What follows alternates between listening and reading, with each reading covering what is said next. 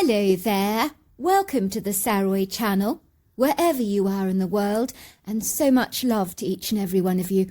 I do hope you're doing remarkably well. I'm doing fine, thank you very much, and all the better for speaking to you, and I hope you're going to get that drink, whether it's a strawberry milkshake, whether it's Earl Grey tea or mint tea, or whether you're going to have a cappuccino. Whatever it is, go and get it, because I've got a fabulous story for you tonight. So before we get started, don't forget to subscribe to the channel, click the notification bell and the thumbs up, and let's get started with tonight's story. Dear Sarah and all your lovely listeners, my name is Fraser, and I was born and raised in the Pacific Northwest in the 70s, where I grew up in the countryside in a large classical double-storey traditional farmhouse. You know the kind, with a symmetrical shape, whitewashed walls, large windows with blue shutters and a matching front door, with the recent added addition of a modern wraparound porch which overlooked the idyllic resplendent views over the ravishing countryside. I was raised in this cosy, comfortable, snug dwelling with my younger sister Anna and both of my parents. Our cosy, snug abode fully embodied our easygoing, carefree lifestyle, for there were large fireplaces, wood-burning stoves, bookshelves that were almost choking at the seams from hundreds of books, large Persian rugs, and the most comfortable settees scattered liberally throughout our home that was so inviting that you would commonly find a cat or two curled up fast asleep on one of the cushions, whiling away the long summer afternoons in a state of euphoric bliss, heightened further by the prisms of sunlight that danced through the windows, enveloping the settee in a delicious warmth which every cat fully appreciates. Our house was nestled in the heart of the valley like a pearly white jewel, and was surrounded by acres of undulating verdant green countryside, statuesque mountains, and ubiquitous areas of Douglas fir, hemlocks and cedar trees that stretched out into acres of mountainous forest, which was a natural haven for all the indigenous wildlife.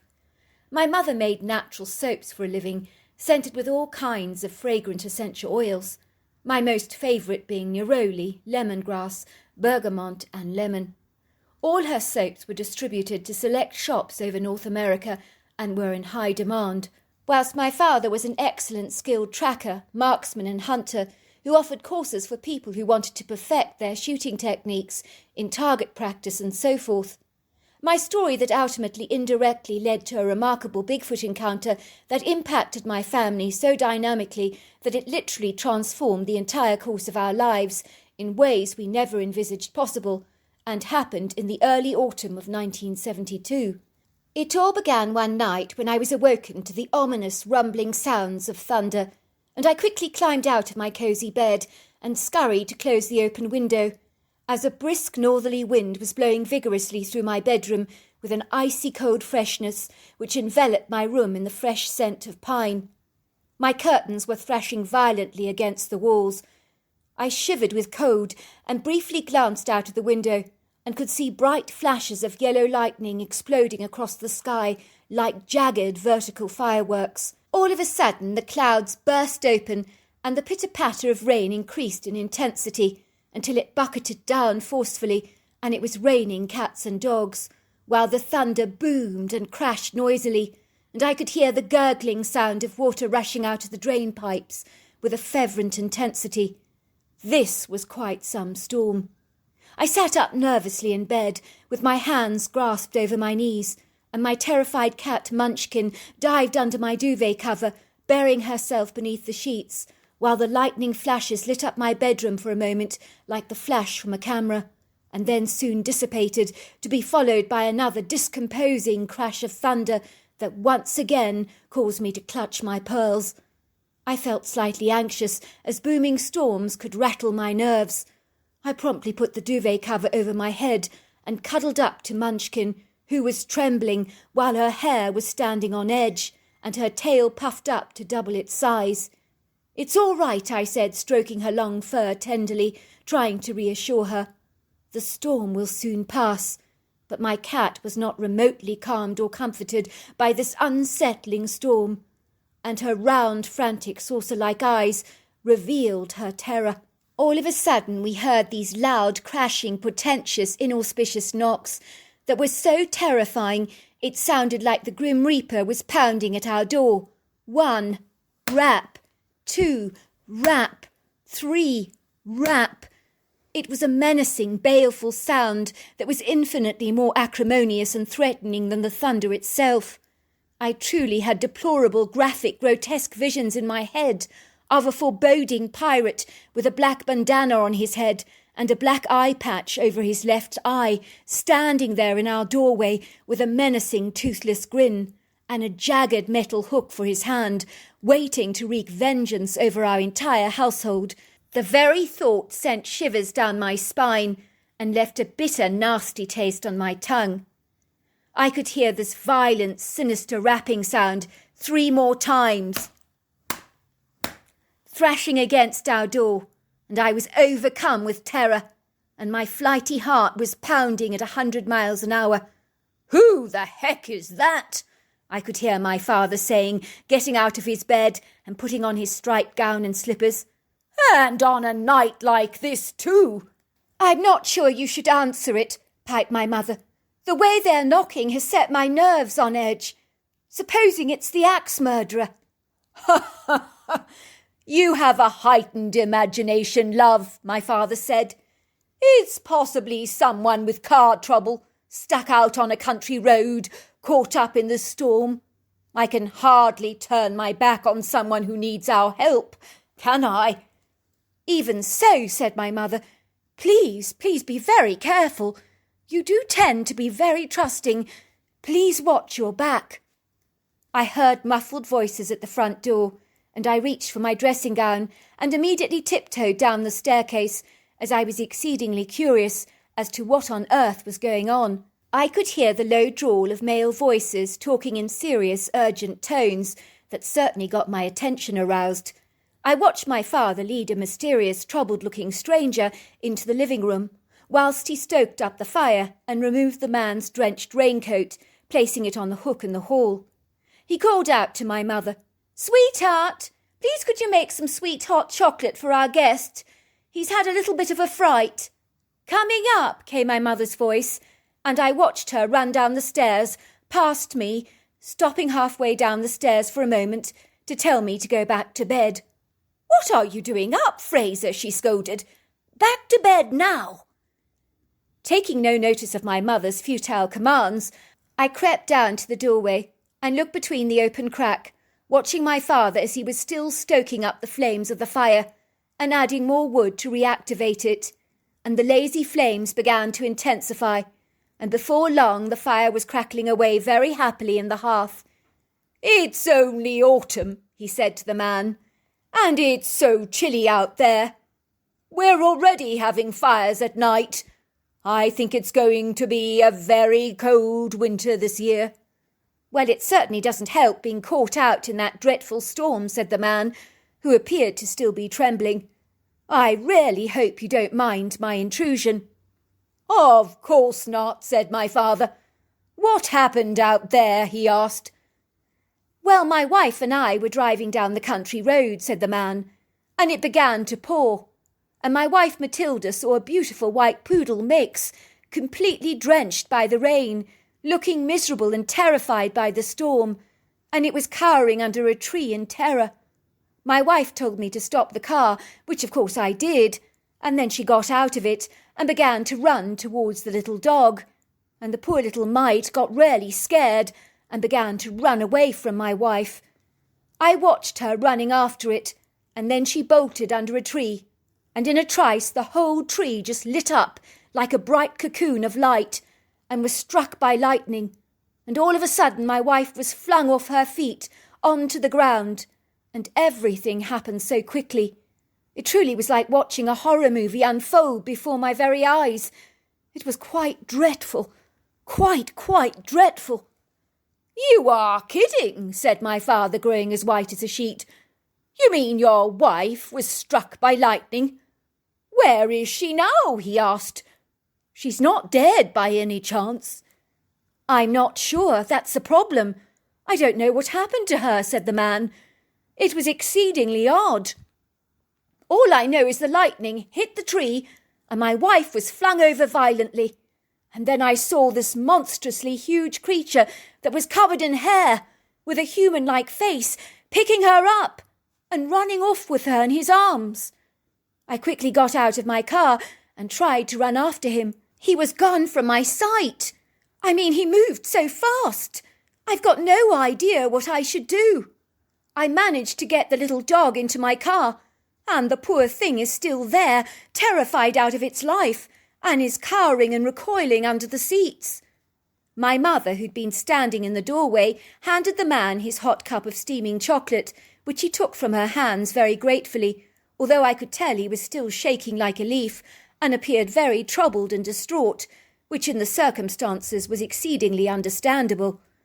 "You mustn't worry," she reassured the man. "You've come to the right house. My husband's a tracker, and so if anyone can find your wife, he's the man for the job. But I think you should wait until the weather settles down. It's not safe out there. It's quite some storm, and you don't want to be caught up in it. Have you got your car keys?" she asked. "I'd like to bring that little dog inside, if I may, that's stuck in your car. The poor thing must be so terrified. I'd like to dry him and give him something to eat, if you don't mind, of course." "My keys are in my raincoat," said the man, "hanging there on the hook in your entrance hall, and my car is parked in your driveway under the awning of your carport." "What shall I do?" asked the man, looking at my father with a befuddled expression on his face. "Should I call the police?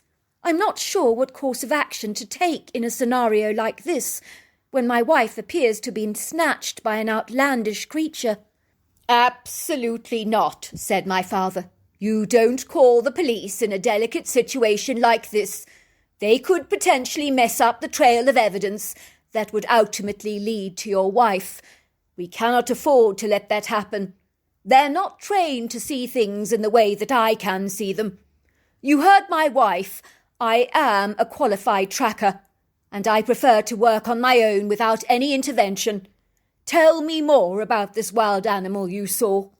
"Well, it's not really an animal," said the man. "It was more like a man, but covered in hair and built like a giant. I think he could have easily been 9 foot tall and 3 feet wide across the shoulder area.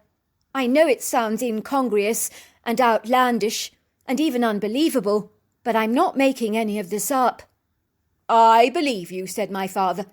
"This isn't the first time I've heard of the wild man before, and according to the legends of the indigenous people, they're usually very elusive, benevolent beings, but there are, of course, exceptions to the rule, as is always the case."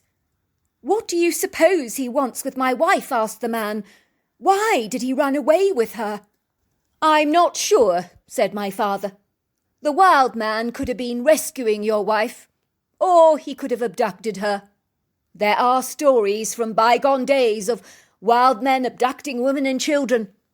Then there's another thing to consider, and that is the condition of your wife, because being struck by lightning can cause all manner of physical complications, like cardiac arrest and brain injuries or nervous conditions, not to mention serious burns, and it is potentially deadly.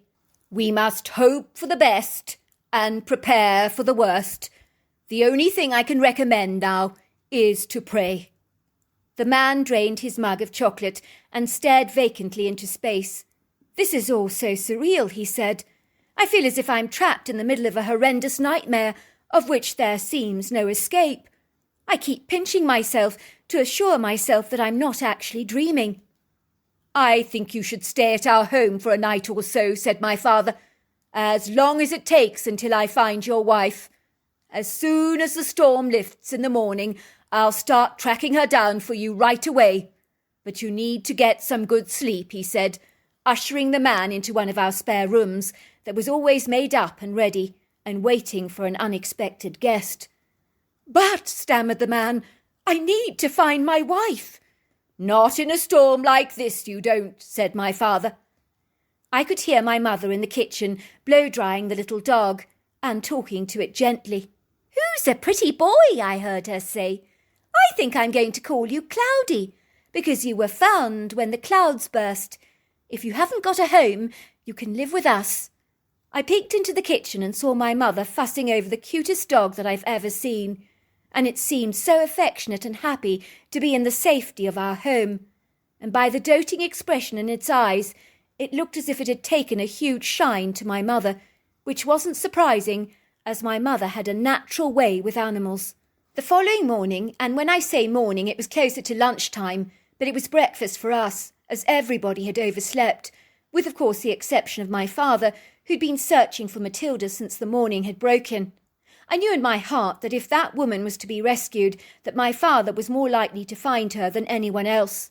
He had earned a formidable reputation as a tracker, and he never usually returned empty-handed, so my expectations for a positive outcome were exceedingly high. My mother was bustling around in the kitchen with an apron around her middle and fussing over our interesting new guest, who I discovered was called Lucas Blossom. He was sitting at the kitchen table with a cup of coffee in his hands, looking through the local paper, trying to distract himself from worrying about his wife Matilda. Cloudy, the little white mixed poodle dog, was tucking hungrily into some chopped pork sausage and fried egg that my mother had cooked him, and was waving his tail happily and moving the little plate all over the kitchen floor, trying to lick up all the egg yolk. If you had not known any better, you would have thought that Cloudy was our dog, for he seemed to settle into our home just with effortless ease. My mother presented our guest with a cooked breakfast, or brunch if you like, of bacon, egg, sausage, French toast and fried tomatoes, and an apple Danish pastry. "You must eat," she insisted, "to keep your strength up."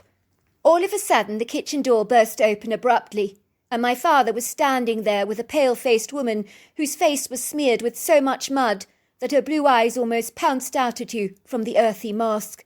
She looked somewhat confused, befuddled and bewildered, and her hazel-brown hair hung around her face limply in ragtails, and her clothes looked crumpled, creased, muddy and untidy.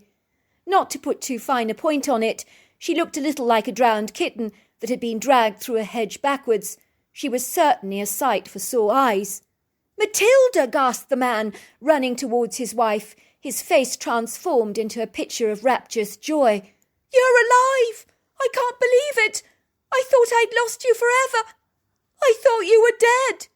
The poor woman seemed overwhelmed and looked at her husband rather blankly, almost as if she didn't recognise him for a moment, and it was clear that she was discombobulated and benumbed. "Everyone, please calm down," said my father, "and compose yourselves, please. Matilda here has had a very nasty shock, but no real harm has been done. Although after the lightning strike, she did lose consciousness for a while, and she's still very confused. I did take her to see the doctor at the hospital, and he has examined her thoroughly and given her a clean bill of health, and everything is fine. All her tests came back normal, and the only thing that seems to have burnt her is her shoes and her feet, that have unfortunately got quite burnt, but otherwise she's fine. The doctor is, however, confused as to the trajectory of the lightning strike, as she appears to have no burns anywhere else on her body, with exception to her feet, but she will tell you everything in due course, after she's had a long soak in a bubble bath and something warm to eat. In the meantime, I'm sure she would appreciate some space, and she might even need a little sleep, because she's very, very exhausted. It's not every day you get struck by lightning. The doctor has prescribed plenty of rest." My mother serenaded the woman to the bathroom and ran her a lovely hot bath, and left her some PJs to wear, along with a soft, fluffy bathrobe. While the woman was bathing upstairs, my father had grabbed himself a hot cup of coffee, and then he told us his side of this remarkable story. "It wasn't easy tracking Matilda down, as the rain had washed any sign of discernible footprints away. I had no idea where she had gone. I had to put myself in the wild man's shoes and envisage what I would do to make my escape in a storm. You see, sometimes when you're a tracker, you need to use your sixth sense or your intuition. I looked around me on the road and could see a tree that had been struck by lightning, and it was dying. It had been hit very badly and took one hell of a beating. A short distance from the tree is the wood green, flanked by some ragged outcrops, which I have heard from many locals is home to a few cave-like structures, and that to me was the most obvious, logical place where a wild man would take cover from a storm, if indeed there are some caves in that mountain, which I assume there probably is. As you can imagine, the ground was exceedingly wet from the storm, but everything felt fresh. There were several branches from trees that had broken off during the night, as there was quite a wind. I have been even informed while listening to the radio, when I was driving around, that many roads in our area are now blocked by trees, so there's been a lot of tree fall in the area. He continued, as I ventured towards the rocky outcrop, I began to call for Matilda, as I knew if the wild man had intended to help her, that he would want to return her safely to her people, and that my calls would alert him to my presence. All of a sudden I heard a loud rustling sound, and then a few pine cones were flung in an easterly direction, as a distraction. But I purposely took the bait, as I wisely discerned that this was an intentional ruse, which is why I purposely obliged by walking towards those cones, as the wild men are elusive by nature and don't want to be seen or observed by humans. I didn't want to behave in a way that could break the seamless flow of the rescue operation. I glanced briefly over my shoulders just for a second, and that was when I saw a dark, shadowy form stealthily moving behind me, and he was carrying Matilda in his overlong arms, cautiously placing her on the ground. And then he glided away, and once out of my field of vision, he let out a high, piercing whistle, purposely designed to get my attention. And so I turned around to see Matilda, who was sitting on the ground, staring into space vacantly, and I carried her back to the car and rushed her off to hospital, where she went through a series of tests, all which thankfully came back normal. So she's one lucky lady who's had a hell of a shock, but we can celebrate the very fact that no long-lasting damage appears to be done. The doctor informed me that many people after a lightning strike suffer from long-term repercussions like headaches, hearing loss, debilitating pain, which are unlikely to have happened to Matilda, but she could present with some post-traumatic stress, and we need to be aware of that. "Did you see what the wild man looked like?" my mother asked. I intentionally chose to play the game according to his rules. I didn't want to unsettle the critter, said my father. So no, I didn't see him clearly. But I did discern his very large shadowy silhouette, as I told you. That was very sizable indeed. If we were hoping to learn from Matilda what had actually happened to her, I can assure you that that did not happen for over 2 long days, because the woman slept solidly in the confines of a private room where my mother kept a beady eye on her. But I'm glad to tell you that on the 3rd day she woke up to join the rest of the family for breakfast, and she was so hungry that she bolted her food down and even asked my mother for seconds, which was a very good sign.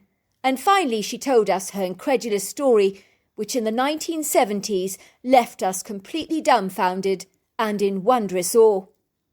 Are you sure you're ready to tell us what happened, Matilda? Because if you're not feeling up to it, we will understand, said my mother reassuringly. Matilda gripped her mug of tea tightly in her fingers, so tightly, in fact, that I could actually see the white of her knuckles, as all eyes around the breakfast table were firmly fixed very solemnly on her, and even my normally chatty and very lively sister Anna never said a word. Indeed, you could have heard a pin drop, as everything became so quiet in that kitchen, which was a first. No, said Matilda with a determined voice. I truly need to talk about it, to make sense of what happened. In a strange way, it seems so dreamlike, in my mind's eye, that it's almost as if it happened to somebody else and not to me. What I do remember, however, is Lucas and I had just been to the theatre, and we were discussing the play we'd just seen. And then Lucas took the wrong turning, which is why we ended up driving down this quaint country road, with elevated embankments of tall trees. I vividly recall it was bucketing down with rain, and I discerned a little white dog soaked to the skin, looking utterly petrified and hiding under a tree for cover. The poor little thing looked so vulnerable, lost and afraid. I asked my husband to stop the car so that I could rescue the poor bedraggled little mite. I climbed out of the car, and within seconds my clothes were hanging on me in wet, limp rags, as the downpour was extensive. I ran towards the dog, my shoes squeaking and squelching with the water. The little dog recoiled in terror on seeing me and darted away, while I continued to run after him. The next thing I knew is the tree I was standing adjacent to at the time just lit up in a bubble of light, and a side flash of this light almost hopscotched over to my shoes. The next thing I knew was I felt this excruciating pain in my feet, almost like I'd placed them directly in a live socket of electricity, and it packed such a powerful punch that was so forceful that it flung me off my feet, and it was like I felt as if my feet were on fire, and then I must have slipped into unconsciousness and passed out. I awoke to find myself in a dry cave, and I was covered in piles of pelts, and my clothes had been removed from my body, including my shoes, that later on I would discover looked like they'd been melted. I looked up to see 4 pairs of red eyes staring down at me from different heights, with tall, dark, shadowy forms that I couldn't see clearly because it was so dark. I remember something being put in my mouth that tasted very sweet with the texture of glycerine, and I swallowed it and then went back to sleep. I was so confused I was not really certain whether I was dreaming all this or not, as everything felt so surreal and illusory, as if I was watching myself from outside my body in a movie of some kind. I remember even feeling very sorry for the little form wrapped up in deer pelts, which clearly was myself, of course, so maybe I was even out of my body for a while, who knows, but if that was the case, I wasn't consciously aware of it. I awoke again when light was streaming through the cave, and that was when I saw the 4 figures clearly, and they were staring down at me with deep-set dark eyes that were so kind and caring, I felt enveloped in what I can only describe as an unconditional, profound and bodacious love, like the love of God. These creatures were very big, powerful, lofty, majestic, and exceedingly intimidating. But I ask you, how can you feel fear when you just sense a real compassion and empathy that these creatures exuded towards me, unlike anything I've ever experienced before, and I'm likely to ever experience again? The largest creature was male, and I believe he was my rescuer. He was over 9 foot tall, 800 pounds, and 3 feet wide across the shoulder area.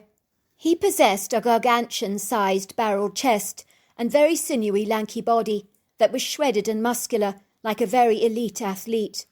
He looked so human it was uncanny, as his body shape and face were like ours, only titanic in size, and he was covered in long flowing dark hair with attractive auburn highlights, which was scant under the arm and around the knees on all the creatures. The creatures all had large pyramid-shaped heads that blended and folded seamlessly into the shoulders, and I did not perceive any neck to speak of. They also possessed very long arms that hung below the knee area, with human-like hands with tufts of hair up to the knuckle. There was a mother, father, a female little one, and a little male. The 2 younglings were about 3 feet tall and looked to be of a similar age, and so my guess is they were non-identical twins. The larger male, whom had rescued me, had the most beautiful eyes I have ever seen, and was so gentle and angelic. I will never ever be able to forget those eyes for as long as I live. They were completely mesmerizing. They spoke to each other all in very defined words that sounded like a fast chattering African language, because there were a lot of deep clicks that I could hear in the enunciation, and they talked to each other excitedly, backwards and forwards all the time, and I perceived that they were discussing me. The female handed me back my clothes that by some miracle had been dried, and I displayed no signs of being burnt, except on my feet, of course. They watched me in my naked state getting dressed. I'm normally a very shy, reticent person, and exceedingly self-conscious, especially about my body. But dressing in front of these creatures was not remotely embarrassing for me, possibly because they're just such natural creatures that a naked body to them is as normal as the grass or a tree. The female gave me what looked like this resin on a bark to drink, which tasted sweet, and the aches I felt in my body subsided immediately. All of a sudden I could hear the voice of a man calling my name. The creatures looked at each other and appeared to sound pleased, and the female pointed at me. The male creature unhesitantly lifted me up in his arms so gently and jumped from a high elevation with me in his arms without jolting my body once and landing on his feet with the agility and bounce reflex of a cat. And then he glided down the rugged outcrop with the ease of a mountain goat and the speed of a cheetah. I could see the female standing on the side of the rock, throwing pine cones in an easterly direction, while the large male put me down in the opposite direction and then glided away. And then I heard him whistling, and that was when Mark rescued me. "That is the most incredible story I have ever heard in my entire life," said my mother, wiping tears from her eyes and blowing her nose loudly in her handkerchief. "Don't mind me," she said. "I'm crying because I'm so happy. You sound like you were rescued by angels covered in hair.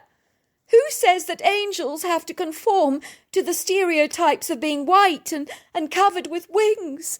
You had an angelic experience. Of that I'm sure." "I agree with you," said Matilda. "Those creatures were so beautiful, and especially the male, and his kind eyes I can never forget." I'm very glad to inform you that Matilda did not suffer any long-term complications or repercussions from her ordeal with her lightning strike. We believe the lightning remained in her feet and did not manage to travel through the rest of her body, but it was incredibly forceful to such an extent that it threw her off her feet with a powerful surge of electricity that for the first month caused her moments of confusion, exhaustion and disorientation, which gradually subsided. On the subject of the mysterious white dog we found, we were to discover that an old lady who had recently died had owned Cloudy, who was only a year old and had subsequently gone missing, and we adopted him forthwith, and he was one of the best dogs we have ever owned. The Blossom family became a very special part of our lives, and it would seem that Matilda and my mother became the very best of friends, whom would never have crossed paths if it hadn't been for that storm and the Bigfoot. It was through Lucas Blossom that I met my husband at a barbecue at his home, and we had 3 children who have long since flown the nest with families of their own. So in effect, none of us would ever have met each other without the storm interceding in our lives, so the hands of fate magically brought us together. I now know, all these years later, that the creatures that rescued Matilda were Bigfoots, and you have my word that this is a true story. So there you are. That's my story. What an incredible story. And don't forget to subscribe if you enjoyed it. Until next time, goodbye, a good night.